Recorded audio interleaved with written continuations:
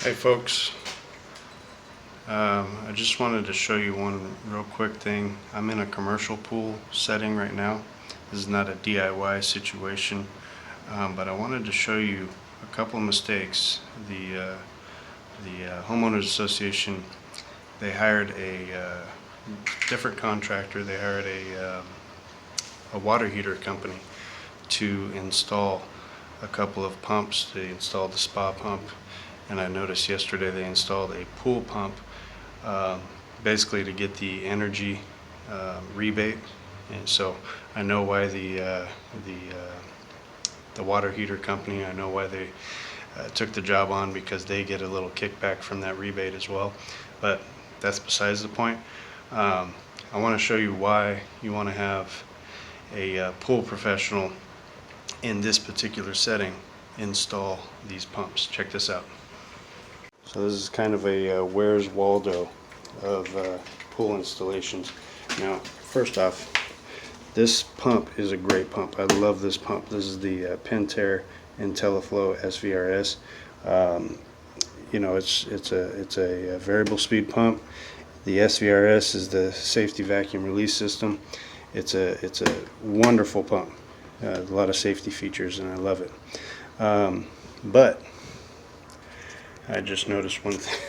They labeled motor. They didn't know which side went to the motor. Okay. Anyway, what I noticed they did is this ball valve here does not work.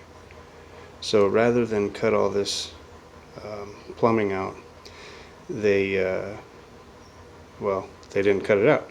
They didn't replace that ball valve. So now the HOA, the service company, which is mine, is kind of out of luck because we can't isolate the pump. They basically reused all the same stuff so they MacGyvered this stuff out, because this is all old. So they must have basically unscrewed the pump out of the old fittings, which simply isn't going to work, but we'll see how that goes. And you might notice one other problem. This pump lid has to rotate that direction to be removed, but we don't have anywhere to rotate. So that's another issue that they ran into. This pump hasn't even run yet, and I can see right here, I don't know if you can see that on the camera, there's already a leak. So this is all reused stuff. They should have replaced a lot of this. And then another is a safety issue. Do you see it? Do you see it? No bonding wire. So a couple of these are that's a safety issue, but also it's a code issue. So there's a reason why, folks, in certain situations you definitely want to hire a professional. Well, see, the pump they pulled out doesn't have that protrusion on the sides, so we could get away with it on the old pump. So that's the issue there. Now let me flip this back around here. So this is just an example of a quick and dirty job. They weren't really concerned with doing it in the right way. I don't want to say they were trying to do it wrong, but they were just slapping it in there. They didn't replace any of the electrical. The conduit probably should have been replaced. They didn't replace any of the plumbing, which I've never seen anybody reuse the threaded nipples like that, but hey, you know, stranger things have happened. But there's a reason why pool professionals, CPOs in particular, are the certified pool operators, by the way, are supposed to be doing this stuff.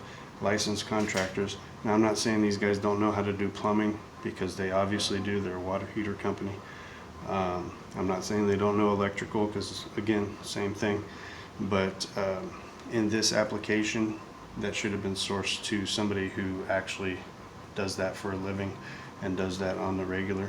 But you know, their judgment apparently was a little bit clouded by the financial gain that they would see, which isn't that much. It's like $100 per pump, so not that much.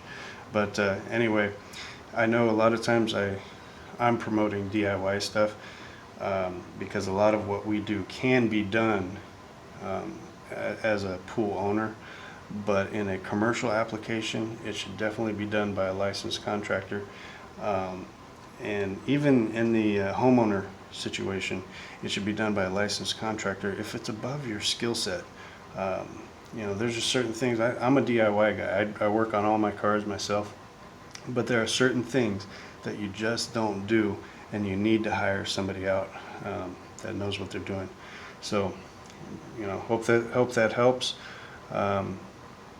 You know, and you might think I'm salty for not getting the job. I actually wasn't going to take the job. I didn't even bid on the job. So this isn't coming from a place of me not getting a job and I'm irritated about it. As a matter of fact, I was going to refer somebody else to take it on because, one, I don't have the time, and two, it's a little bit above my skill set because of some of the other aspects of this job. There was some buried valves that needed to be replaced, which they never did. They just ended up draining the pool, which again was a big fat waste of water. But anyhow, I'm not going to get into that. So hope this helps. You know, if you are doing this stuff yourself, get a second pair of eyes on it before you do the final set. See, they're actually filling the pool right now, which means they think they're done.